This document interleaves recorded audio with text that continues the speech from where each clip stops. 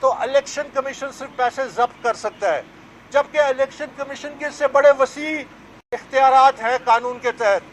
جب عمران خان نے جعلی سرٹیفکیٹ دیے کہ یہ میرا اکاؤنٹ ہے، اس میں پروویڈنٹ فنڈنگ نہیں ہے، اس میں اکاؤنٹس جو ہمارے ہیں وہ یہ ہیں، جبکہ خفیہ اکاؤنٹ سامنے آ گئے، تو یہ بڑے سنگین معاملات ہیں۔ پھر ان کا جو فائنانس بورڈ ہے جو اس غیر قانونی عمل کی سربراہی کر رہا تھا، وہ بھی قانون کے زمرے میں آئیں گے۔ بہرحال میں یہ سمجھتا ہوں کہ یہ جو ان کا اقبالی بیان ہے، اس کو میں کہتا ہوں، جس میں وہ کہہ رہے ہیں کہ غیر ملکی کمپنیوں نے فنڈنگ کی، یہ آج کی ایک بڑی پیش رفت ہے، اور اس سے مزید انشاءاللہ آنے والے دنوں میں حقائق سامنے آئیں گے۔ اب میں آپ کو سامنے ایک بات رکھنا چاہتا ہوں کہ یہ کیس 8 سال، تقریباً 8 سال طویل کیس، ہم آج بھی فیصلے کے منتظر ہیں۔ تقریباً 80 کے قریب ہیئرنگ ہو چکی ہے، 50 کے قریب اٹینڈمنٹ ہو چکے ہیں، 9 وکیل بدلے گئے ہیں، 9 ریٹ پٹیشنز ہوئی ہیں۔ تو مجھ سے پوچھا ہے کہ اس میں تاخیر کیوں ہوئی؟ میں یہ بار بار عرض کرتا ہوں کہ یہ ہمارے نظام انصاف کی کمزوری ہے۔ ہمارے منصفوں نے اس کیس کو جب جولائی 2018 میں اسٹیٹ بینک کے ذریعے ریکارڈ آ گیا، اور یہ جو رپورٹ ہے اسکروٹنی کمیٹی کی، یہ محض اسٹیٹ بینک کے ریکارڈ پہ منحصر ہے۔ آج ان کے وکیل نے یہ بھی تسلیم کیا کہ اسکروٹنی کمیٹی نے پی ٹی آئی کا جمع شدہ تمام ریکارڈ مسترد کیا، کیونکہ غیر تصدیق شدہ تھا۔ ساتھ ہی ساتھ انہوں نے کہا کہ ان کا بھی مسترد کیا گیا، یہ میں تسلیم کرتا ہوں، لیکن انہوں نے کہا ہم تمام جو رپورٹ پیش کریں یہ اسٹیٹ بینک کے رپورٹ کے ڈاکیومنٹس کے مطابق ہے، اور اس پہ ساری بحث ہو رہی ہے، تو انہوں نے تسلیم کیا۔ تو سوال یہ پیدا ہوتا ہے کہ ایک کیس جو الیکشن کمیشن میں ہے، جو سپریم کورٹ کہتی ہے کہ آپ کو مکمل اختیار ہے، اس پہ 9 ریٹ پٹیشنز ہوئی۔ تازہ ترین ریٹ پٹیشن یہ ہے کہ 15 مارچ کو جو انہوں نے ڈاکومنٹ جمع کرائی اکبر بابر سے خفیہ رکھے جائیں، جس کے لیے ابھی ہم دوبارہ ہائی کورٹ جائیں گے جہاں پہ ان کی اپیل لگی ہوئی ہے۔ تو میں یہ کہتا ہوں کہ تاریخ گواہ ہے کہ یہ پاکستان میں جو انتشار کی سیاست ہے، جب عمران خان مطالبہ کرتا ہے کہ election commission, chief election commissioner استعفیٰ دے، جب وہ الیکشن کمیشن کے خلاف یہاں مظاہرہ کرتا ہے کہ ہمیں یہ الیکشن کمیشن منظور نہیں ہے، جب وہ عدالتوں پہ دباؤ ڈالتا ہے، تو یہ نشانیاں ہیں فیشزم کی۔ یہ فیشسٹ جو ہوتے ہیں یہ وہ مطالبہ کرتے ہیں کہ جس عدالت میں وہ ملزم کے طور پہ پیش ہو رہے ہیں، اس عدالت کے منصف کو کہتے ہیں کہ آپ استعفیٰ دیں۔ یہ فیشزم ہے، اور آپ فیشزم کی مثالیں لے لیں دنیا میں۔ وہ بھی یوتھ کو بڑا موبلائز کرتے تھے، قوم پرستی کے نعرے لگاتے تھے، چاہے ہٹلر ہو، چاہے مسولینی ہو، چاہے فرانسسکو فرینکو ہو۔ عمران خان جو ہے اس وقت ہمارے آئینی اداروں پہ حملہ آور ہے۔ آئینی اداروں کا فرض بنتا ہے کہ اس فیشزم کو روکے۔ جب تک یہ انتشار کی سیاست کو قانون کے ذریعے مکمل طور پہ کرش نہیں کریں گے تو پاکستان کی معیشت سٹیبل نہیں ہو سکتی۔ کسی ملک کی معیشت ایسے حالات میں جہاں انتشار کی سیاست ہو، کسی صورت میں وہ سٹیبل نہیں ہو سکتی۔ میں بارہا یہ کہہ رہا ہوں کہ ہمارا اس وقت جو سیاسی ڈائلیما ہے، جو لیڈنگ اکانومسٹ ہیں وہ کہہ رہے ہیں کہ پاکستان چند مہینوں میں ڈیفالٹ کر جائے گا۔ اگر خدا نخواستہ پاکستان ڈیفالٹ کر گیا تو آپ نوٹ کیجئے کہ سری لنکا میں کیا ہوا۔ سری لنکا میں ڈیفالٹ ہوا، حکومت گری، بلوے ہوئے، ابھی تک جاری ہے، وزیر اعظم کے گھر کو جلایا گیا، اور وہاں پہ انارکی اور کیوس ہے۔ لیکن ہم سری لنکا نہیں ہیں، ہم ایک نیوکلیر پاور سٹیٹ ہیں۔ اگر خدا نخواستہ یہ اگلے چند مہینوں میں ہم نے اپنی معیشت کو نہیں سنبھالا دیا، لیکن اس سنبھالا دینے کے لیے ہم پہ فرض ہے کہ ہم یہ انتشار کی سیاست کو کرش کریں with the full force of law, کیونکہ کل اقوام متحدہ کی سیکیورٹی کاؤنسل بیٹھے گی اور یہ مطالبہ کرے گی کہ ایک نیوکلیر پاور سٹیٹ جو ہے اس میں انتشار ہے، کہیں ان کے نیوکلیر اثاثے غلط ہاتھوں میں نہ چلے جائیں۔ اور اگر چائنا نے ویٹو نہیں کیا تو ہمارے نیوکلیر اثاثے بھی گئے، پھر ہم سے بھوٹان سے زیادہ برا سلوک کیا جائے گا۔ یہ ہے وہ اصلی سازش جو میں پہلے دن سے کہہ رہا ہوں کہ 8 سال کی تاخیر کیوں ہوئی۔ اگر ایک سیاسی جماعت کی غیر قانونی فنڈنگ ہوتی ہے، غیر ملکی کرتے ہیں، بھارتی کرتے ہیں، غیر قانونی فنڈنگ اور اس کو لا کے اقتدار پہ بٹھایا جاتا ہے، اور اقتدار پہ بٹھانے کے بعد وہ پاکستان کی معیشت کی زمین پہ جاتا ہے۔ یہ وہ سازش جس نے پاکستان کو برباد کیا۔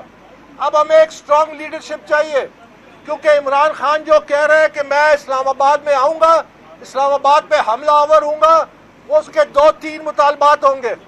ایک وہ کہے گا کہ وہ سپریم کورٹ سے اپنے مرضی اس کے پہ دباؤ ڈالے گا، دوسرا وہ الیکشن کمیشن پہ دباؤ ڈالے گا کہ اپنی مرضی کا فیصلہ لے، تیسرا وہ اسٹیبلشمنٹ پہ دباؤ ڈالے گا کہ اپنی مرضی سے ان کو کنٹرول کرے۔ اگر آج عمران خان کا یہ مطالبہ کہ یہ الیکشن فوراً کرائے جائیں، اگر یہ تسلیم کیا جاتا ہے تو پھر وہ کہے گا کہ مجھے الیکشن کمیشن اپنی مرضی کا چاہیے، پھر وہ مطالبہ کرے گا کہ مجھے الیکشن میں نتائج اپنی مرضی کے چاہیے، اور اگر الیکشن میں اس کے نتائج مرضی کے نہ ہوئے تو پھر وہ سڑکوں پہ نکلے گا۔ یہ انتشار کی سیاست پاکستان کو ڈبو دے گی، یہ پاکستان کی معیشت کو ڈبو چکی ہے۔ اب یہ موجودہ حکومت اور جو بھی حکمران ہیں، یہ ان کی ذمہ داری ہے کہ وہ جو مشکل فیصلے لیں۔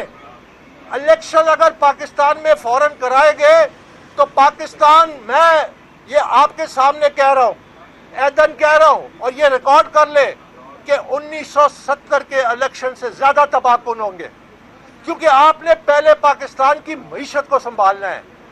امریکہ میں جب AIG کمپنی ان کی جب وہ بیٹھنے لگی، پوری معیشت ان کی ہل گئی تھی۔ یہ 8-10-12 سال پرانی بات ہے۔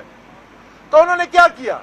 ان کی اپوزیشن اور اقتدار میں وائٹ ہاؤس میں ساری رات بیٹھے، رات در رات بیٹھے، انہوں نے قانون سازی کی، اپنی پرائیویٹ کمپنیوں کو اسٹیٹ کمپنیاں بنائیں، اس میں اپنے نمائندے لگائے، ان کو پیسہ دیا، بیل آؤٹ کیا۔ یہ ذمہ دار سیاست ڈیمانڈ کرتی ہے۔ ذمہ دار سیاست یہ نہیں ڈیمانڈ کرتی کہ آپ الیکشن کرائیں ایسے وقت میں کہ اگر آپ الیکشن میں گئے، ابھی کانسٹیچوئنسی کی ڈیلیمیٹیشن نہیں ہوئی، ابھی سینسس نہیں ہوا، آپ انتشار مانگ رہے ہیں۔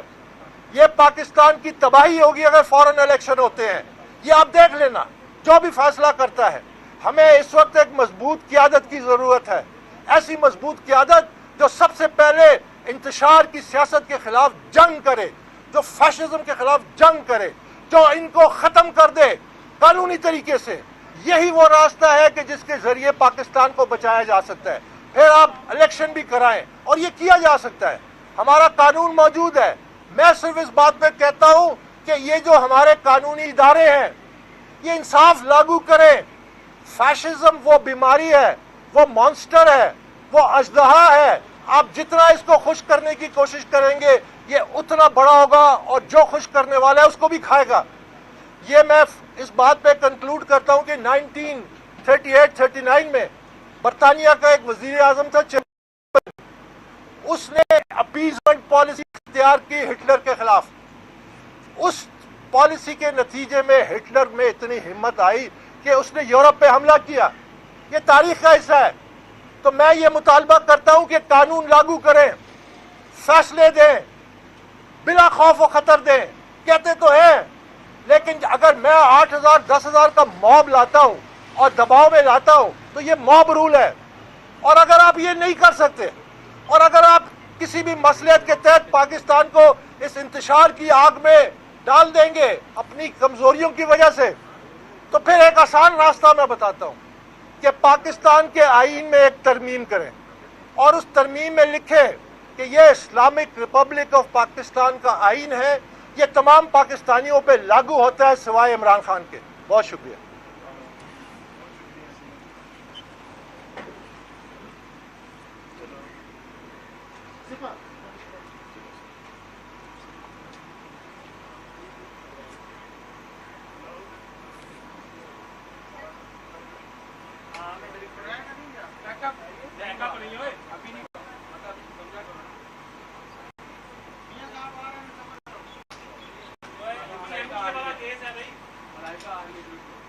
ملائکہ آؤ